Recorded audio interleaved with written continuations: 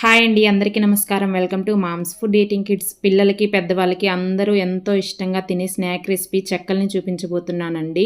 ఇలా నేను చూపించిన టిప్స్ తోటి, చెప్పిన కొలతలతోటి ట్రై చేయండి. ఫస్ట్ టైం చేసే వాళ్ళు కూడా చాలా క్రంచీగా చేసేస్తారు. టేస్ట్ కూడా చాలా బాగుంటాయండి. ఈ చెక్కల కోసం ఇలా ఒక గిన్నెలోకి ఒక 4 కప్పుల బియ్యపు పిండి తీసుకోండి. ఇది పొడి బియ్యపు పిండి అండి. నేను ఇంట్లో తయారు చేసుకున్నాను. మీకు ఇంట్లో లేకపోతే సూపర్ మార్కెట్లో దొరికేదైనా వాడుకోవచ్చు. ఇప్పుడు దీనిలోకి ఒక పావు కప్పు బటర్ని వేసుకోండి. వెన్నపూస ఇది కూడా ఇంట్లో తయారు చేశానండి నేను. మీకు లేకపోతే బయట దొరికేదైనా, లేకపోతే ఒక పావు కప్పు వేడి నూనె వేసుకోండి, సరిపోతుంది. ఈ బటర్నంతా పిండికి బాగా పట్టేటట్టు కలుపుకోవాలి. ఇలా పట్టించడం వల్ల చెక్కలు అనేవి క్రంచీగా వస్తాయి. చూసారా, ఇలా ఉండాలి. మనం ఇలా పట్టుకొని చూస్తే ముద్దవ్వాలండి.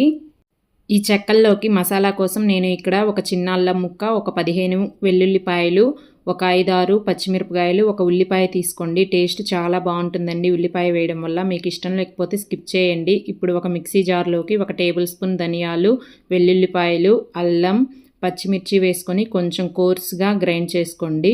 ఇలాగా మెదిగిన తర్వాత ఇప్పుడు ఉల్లిపాయల్ని వేసుకొని మెత్తగా పట్టేయొద్దండి. ఇలాగా చూపిస్తున్నట్టుగా కచ్చాపచ్చాగా మిక్సీ పట్టుకోండి. అక్కడక్కడ తగులుతూ చాలా బాగుంటాయి. ఇప్పుడు ఈ పిండిలోకి మనం మిక్సీ పట్టుకున్న మసాలా పేస్ట్ అంతా వేసుకోండి. అలాగే కరివేపాకు, సన్నగా కట్ చేసి పెట్టుకున్న కొత్తిమీర, 1 టేబుల్ స్పూన్ జీలకర్ర, ఒక గంట ముందు నానబెట్టుకున్న ఒక అరకప్పు పచ్చిశనగపప్పు, ఒక గంట ముందు నానబెట్టుకున్న ఒక అరకప్పు పెసరపప్పు, ఒక 2 టేబుల్ స్పూన్ల నువ్వులు వేసుకొని, మీ రుచికి సరిపడా ఉప్పు వేసుకొని ఇదంతా ఒకసారి బాగా కలిసిపోయేటట్టు కలుపుకోవాలండి. ఇలాగా ముందుగా కలుపుకోవడం వల్ల ఈ మసాలా పేస్ట్లోది, అలాగే పప్పుల్లో ఉండే తేమ వల్ల పిండి అనేది కొంచెం తడవుతుందండి. చూసారా, ఇలా అంతా కలుపుకున్న తర్వాత కొంచెం టేస్ట్ చెక్ చేసుకోండి. ఉప్పు కారం ఇదే టైంలో అడ్జస్ట్ చేసుకోండి. నాకు కొంచెం ఉప్పు తగ్గింది, నేను అందుకని ఉప్పు వేసుకున్నాను. ఇప్పుడు సగం పిండిని ఇంకొక గిన్నెలోకి వేసుకోండి. ఇలాగా మొత్తం పిండిని ఒకేసారి కలుపుకోవద్దు. ఇప్పుడు సగం పిండిలో కొంచెం నీళ్లు వేసుకొని మెత్తటి సాఫ్ట్ ముద్దలాగా కలుపుకోండి. మొత్తం పిండిని ఒకేసారి కలిపేస్తే చెక్కలు అనేవి పిండి నానిపోయి మెత్తగా వచ్చేస్తాయండి. అందుకని ఇలాగ కొంచెం ఎక్కువ చేసుకునేటప్పుడు ఇలా సగం చేసి కలుపుకోండి. ఇలాగ కలుపుకున్న తర్వాత మీకు ఏ సైజులో కావాలో ఆ సైజులో ఇలా పిండిని తీసుకొని రౌండ్ బాల్ లాగా చేసి పక్కన పెట్టుకోండి. ఇలాగా ఒక వాయికి సరిపడా చేసి పక్కన పెట్టేసుకోండి. మిగతా పిండి పైన ఏదైనా ఒక గిన్నె పెట్టేసి పిండి ఆరిపోకుండా పక్కన పెట్టుకోండి. ఇక్కడ నేను చెక్కలు చేయడానికి పూరీ ప్రెస్ని వాడుతున్నానండి.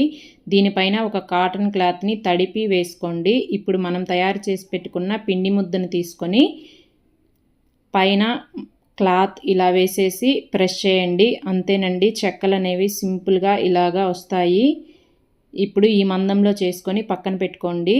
ఇలాగా ఒక 10-15 చెక్కల్ని చేసుకొని ఇలాగా ఒక కవర్ మీద వేసి పెట్టుకోండి. ఒకవేళ క్లాత్కి పిండి అంటుకుపోతుంది అంటే మళ్ళీ తడి చేసుకోవాలండి. అప్పుడు బాగా నీట్గా వస్తాయి.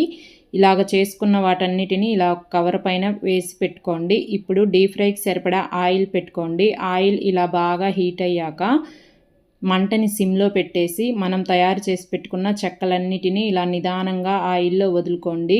ఆయిల్లో ఎన్ని పడతాయో అన్నే వేసుకోండి, ఎక్కువ వేసేయద్దు, మెత్తగా వచ్చేస్తాయి. ఇప్పుడు ఒకవైపు కాలాక రెండో వైపుకి నిదానంగా తిప్పుకోండి. వేసిన వెంటనే కదపొద్దు. ఇలాగే 2 వైపులకి తిప్పుకుంటూ మంటని హై ఫ్లేమ్లో పెట్టుకొని మంచి రంగు వచ్చే వరకు కాల్చుకోండి. చూసారా, ఆయిల్లో నుంచి నురగలు ఇలా తగ్గిపోయితే చెక్కలు అనేవి ఫ్రై అయిపోతాయండి. ఇప్పుడు వీటిని తీసి పక్కన పెట్టేసుకోండి. ఇప్పుడు మళ్ళీ రెండోసారి వేసేటప్పుడు మంటని సిమ్లో పెట్టేసి వేసిన తర్వాత హైలో పెట్టి 2 వైపులా తిప్పుకుంటూ మంచి రంగు వచ్చే వరకు కాల్చుకోండి. అంతేనండి, ఎంతో సింపుల్ అండ్ టేస్టీగా చెక్కలు మీరు కూడా ఫస్ట్ టైం చేసేవాళ్ళు కూడా పర్ఫెక్ట్గా చేస్తారు. ఇలా నేను చెప్పిన టిప్స్ అన్నీ ఫాలో అవుతూ చేయండి. ఇలా తయారు చేసి పెట్టుకున్న చెక్కలు కనీసం నెలైనా ఫ్రెష్గా ఉంటాయి. నచ్చితే మీరు ట్రై చేసి లైక్ చేసి ఛానల్ని సబ్స్క్రైబ్ చేసుకోండి.